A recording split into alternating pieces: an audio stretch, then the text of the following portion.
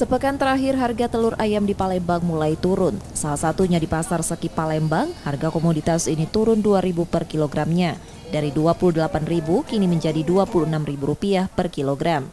Namun turunnya harga telur ayam dianggap masih tinggi oleh pedagang dan warga karena belum kembali pada harga normal seperti biasanya.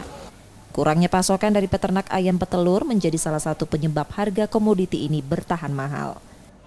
Ini Pak tidak bisa diprediksi, karena telur ini Pak kita tidak bisa prediksi. Masalah bulan depan sudah lebaran haji. Waktu kemarin Idul Fitri itu yang dipotong ayam petelur, dan sekarang ayam petelur kurang. Meski mahal, warga tetap membeli telur ayam namun dengan jumlah yang dikurangi dari biasanya untuk konsumsi keluarga. Ya namanya kebutuhan terpaksa belilah.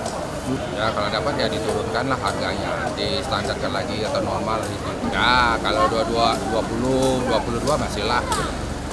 Pedagang memprediksi harga telur ayam akan kembali naik mendekati Hari Raya Idul Adha Juli nanti. Nur Muhammad, Kompas TV, Palembang, Sumatera Selatan.